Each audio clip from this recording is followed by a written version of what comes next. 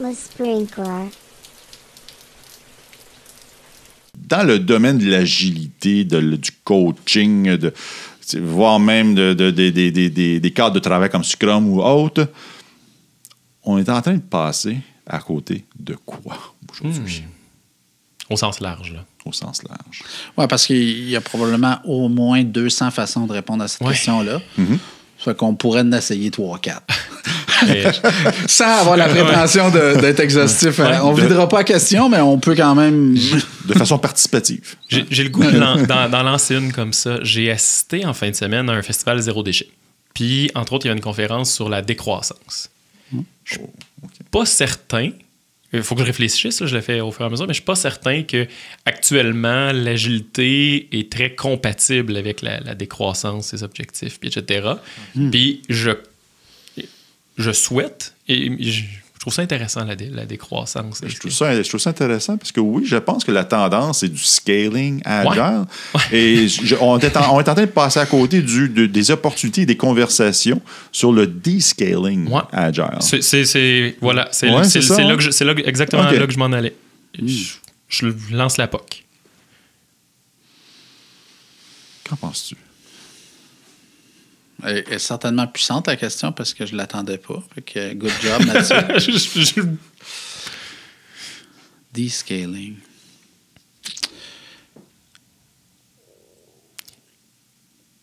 Si on me permet d'enrichir la question, il y a le descaling, mais il y a aussi, tu sais, je vais dans les entreprises un petit peu plus libérées, etc. Mais tu sais, une entreprise qui viserait à faire, plus dans le bonheur, dans l'état de ses employés, mais aussi essentiellement à faire moins. Et non pas viser faire plus. Naturellement, j'ai de la difficulté à trouver des compatibilités entre l'agilité, puis je peux en voir, mais je suis pas sûr qu'on est aligné vers ça. En faire moins. Ben, tu sais, il y a des concepts dans l'agilité de s'arrêter quand on a la valeur. Donc, ça, c'est des concepts assez conventionnels en agilité, de dire, ben, quand tu as atteint la valeur, ben... Tu sais, la plug, c'est assez. Tu n'as pas besoin de finir tout le product backlog. Donc, ça, c'est des éléments existants qui sont dans la... Je ne sais pas si c'est dans la décroissance, mais au moins, à tout le moins, dans un questionnement de pourquoi qu'on continuerait à en faire plus. Fait que ça, c'est valide tant en termes de produits qu'en termes même organisationnels. Je dis n'importe quoi, on se part une entreprise, toi puis moi, puis on se dit que nous autres, quand on va être 15-20, là, puis qu'on va avoir un chiffre d'affaires de, 2 millions, ça va être assez. Puis on arrête là. Small is beautiful. Notre backlog, là, à nous, là, rendu là, c'est correct. Wow. Puis je l'ai amené au niveau organisationnel, pas juste au niveau produit. Moi, ça m'amène, tu as parlé d'entreprise peut-être un peu plus libérée. Moi, je pense qu'une des choses qu'on passe à côté dans le travail, puis en agilité en particulier, c'est le sens profond que c'est d'être un humain. Parce que, encore, j'ai l'impression, puis je ne vais pas faire un jugement trop sévère, mais encore, j'ai l'impression que la plupart des conversations dans les équipes agiles concernent le produit. Et on fait des rétrospectives, mais on est assez peu dans l'évaluation du succès d'un projet. On est encore assez peu dans l'expérience qu'on a vécue à vivre le projet. Donc, on est encore, je pense, beaucoup dans la croyance limitée qu'un projet, ça sert à produire quelque chose d'extérieur. La valeur d'affaires. Quelque chose d'extérieur qui peut être un produit logiciel, une solution qui inclut du logiciel et d'autres choses. Et on se limite beaucoup encore à comment qu'on organise ça mieux pour mieux produire ce qu'on a à produire. Qui est évidemment un questionnement très valable, on s'entend. Même la rétrospective dans le fait de repositionner l'humain un petit peu plus au centre est quand même faite dans le but de faire un meilleur produit ou plus vite ou plus... En tout cas... On est encore assez loin de la croyance que le produit d'un sprint, c'est l'expérience des personnes qui ont vécu le sprint. Et pélaille. Moi, j'ai pas vu ça souvent. Si c'était ça, le but d'un sprint, puis on allait évaluer le résultat d'un sprint sur la qualité de l'expérience, et même, on pourrait dire, est-ce que les humains qui ont vécu ce processus-là de vivre un sprint ou un release diraient faire ça, ça fait de moi maintenant un meilleur humain. Et je me pose la question, et voici pourquoi. Moi, je vois pas beaucoup d'équipes agiles qui vont dans ce niveau de conversation-là. On est encore beaucoup dans est-ce qu'on a produit mieux, plus vite? On est-tu engagé? On est engagé? Ouais. On est moins dans... Ici, le résultat du sprint, c'était que les humains. À quand l'objectif de sprint? S'épanouir. Ouais, s'épanouir. Parce que, ultimement, si on pense à une vie humaine, moi, j'aime à penser qu'être un humain sur cette terre-là, ce n'est pas uniquement être un producteur de choses. C'est un peu limitatif. Ben, on pourrait dire que si on mettait un gros mot là-dessus, là, c'est spirituellement assez pauvre. De se dire une vie humaine, tu sais, c'est comme... Moi, je voudrais pas, tu sais, que sur mon épitaphe, ça soit marqué « Il produisait vite et bien ». À générer tant de le milliers mouchoir. de dollars. Il y a quelque chose... Puis c'est important, tu sais, Ouais. Je suis pas en train de dire que les questionnements de comment on produit Vite. mieux et des choses plus pertinentes, mais je pense qu'on passe à côté encore beaucoup du premier énoncé du manifeste. Ouais. L'individu et les interactions, plus que le processus et les outils. On est encore dans le processus et les outils beaucoup. Oui. Même récemment, ce qui circule beaucoup dans la communauté agile, c'est les liberating structures. Mm-hmm. Les liberating structures, c'est cool. C'est des microstructures de conversation. Des microstructures de conversation qui peuvent être utiles. C'est bien packagé. Et moi, j'ai vu peu d'usage de ça qui m'a dit « Wow, je dis là, vraiment. » N'atteins pas ton biag que tu mettais tantôt, le petit smell de la conversation. On est un peu stocké dans « Il faut que ça prenne 5 minutes. » Fait que tu sais, là, on va dire « Qu'est-ce que ton âme a envie de dire? T'as 5 minutes. » Moi, j'aurais besoin de 2 vies, là, tu sais, c'est comme... des années de timebox, c'est à 5 minutes que ça va être ça. Je trouve qu'on est un peu pris dans des trucs un peu... un peu simplistes, puis un peu dans la... On est là pour produire. On est là pour faire en sorte que les dirigeants qui payent nos payes sont contents puis ont le goût de continuer à payer. Fait qu'on est quand même pas mal stock là-dedans, je trouve, encore, de satisfaire les dirigeants.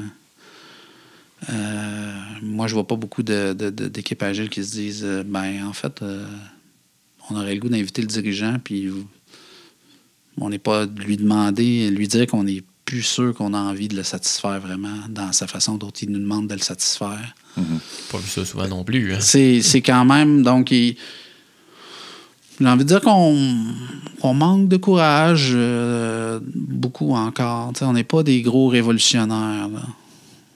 On a l'énergie pirate, là. On va savoir, Olivier, là-dessus. On n'est pas tant que ça dans l'énergie pirate. On est encore beaucoup à se conformer.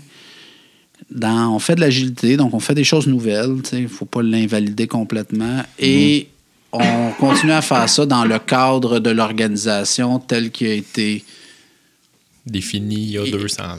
Exact, et qui existe. Puis en même temps, je trouve qu'il y a des belles choses qui se passent à ce niveau-là.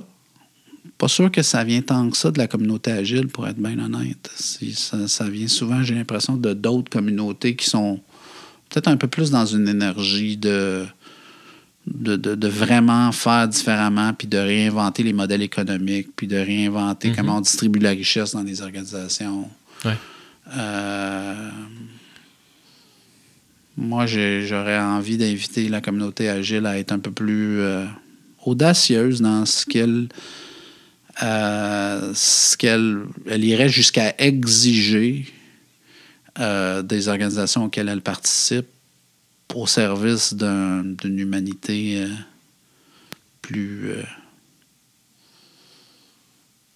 plus douce. Plus douce, plus respectueuse des uns des autres, respectueuse de l'environnement. Je pense qu'on... On détruit... on a pris quand même pas mal notre planète pour une poubelle là, depuis 40 ans. Là. C'est assez, je pense. C'est comme... Tu parlais d'une autre communauté, la communauté agile versus d'autres communautés. Ouais. Tu fais référence à quelle communauté? D'autres communautés qui sont plus explicitement justement à réinventer l'économie. Je pense au mouvement des colibris, par exemple, en France. Okay. Où là, ils vont un peu plus loin dans se dire qu'est-ce que c'est vivre sobrement. Mm-hmm. Donc, ça serait un exemple qui me vient en tête. Il y a différents mouvements qui se produisent à Montréal où des gens se parlent de la transition, de la transition vers une vie plus riche sur la planète et dans le respect de la planète. Donc, il y a toutes sortes de beaux questionnements qui se produisent, je pense. Moi, j'ai envie d'être plus positif que pessimiste. Mm-hmm.